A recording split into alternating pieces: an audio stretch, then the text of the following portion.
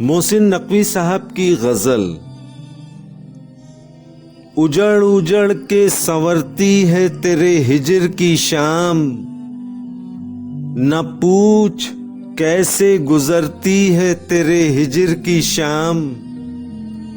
ये बर्ग बर्ग उदासी बिखर रही है मेरी, के शाख शाख उतरती है तेरे हिजर की शाम।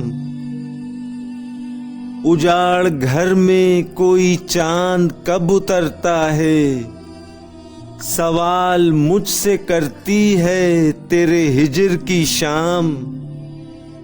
मेरे सफर में एक ऐसा भी मोड़ आता है, जब अपने आप से डरती है तेरे हिजर की शाम। बहुत अजीज हैं दिल को ये जख्म जख्म रुतें, इन्हीं रुतों में निखरती है तेरे हिजर की शाम। ये मेरा दिल ये सरासर निगार खानाए गम, सदा इसी में उतरती है तेरे हिजर की शाम। जहां जहां भी मिले तेरी कुर्बतों के निशान, वहां वहां से उभरती है तेरे हिजर की शाम।